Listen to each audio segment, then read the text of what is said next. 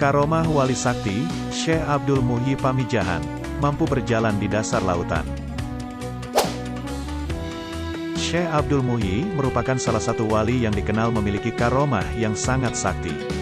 Syekh Abdul Muhyi hidup pada masa setelah Syekh Syarif Hidayatullah Sunan Gunung Jati Cirebon.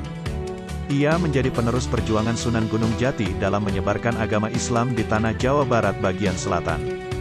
Syekh Abdul Muhyi hidup pada masa 2 abad setelah masa Sunan Gunung Jati.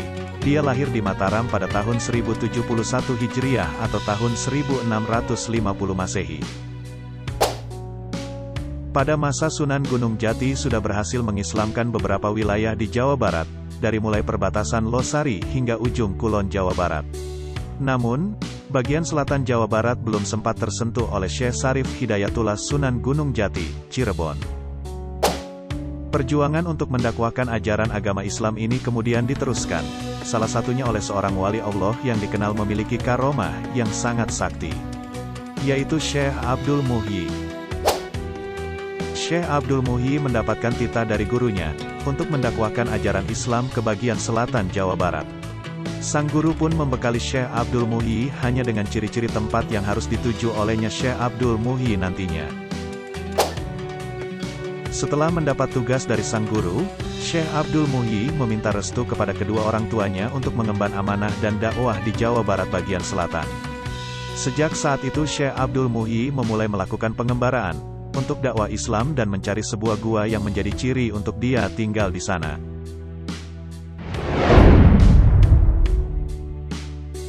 Mula-mula Syekh Abdul Muhyi tinggal di Dharma Kuningan, di daerah itu melakukan dakwah Islam hingga banyak pengikut. Dari Dharma, Kuningan meneruskan perjalanan hingga di Pamengpek, Garut. Di sana Syekh Abdul Muhyi menyebarkan agama Islam kepada penduduk yang masih menganut ajaran agama Hindu. Syekh Abdul Muhyi kemudian meneruskan penyebaran Islam ke Batuwangi dan Lebak Siu. Ketika itu di Lebak Siu, masih banyak tokoh-tokoh aliran hitam. Mereka semua dapat dikalahkan oleh Syekh Abdul Muhyi, karena pertolongan Allah. Syekh Abdul Muhyi akhirnya menemukan gua yang selama ini dia cari, sesuai dengan ciri yang disebutkan oleh gurunya yang harus dia tempati. Gua ini disebut Safarwadi di Pamijahan, Tasikmalaya. Di sini Syekh Abdul Muhyi menyebarkan Islam melalui ilmu hikmah kepada para murid dan santrinya. Di sini pula Syekh Abdul Muhyi mendidik kader dan mengajarkan suluk tarekat Satoriyah. Syekh Abdul Muhyi kemudian pindah ke Kampung Bojong. Kampung ini terletak 6 km dari letak Goa Safarwadi. Di kampung ini Syekh Abdul Muhyi mendirikan pesantren dan masjid sebagai pusat penyebaran Islam. Dikenal sakti dan memiliki karomah sebagai seorang wali, Syekh Abdul Muhyi saat berada di Mekah bersama Syekh Mansur hendak pulang ke Jawa.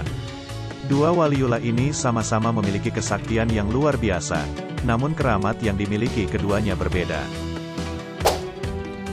Syekh Abdul Muhyi dalam perjalanan pulang menuju Jawa menggunakan kesaktian berjalan di dalam bumi.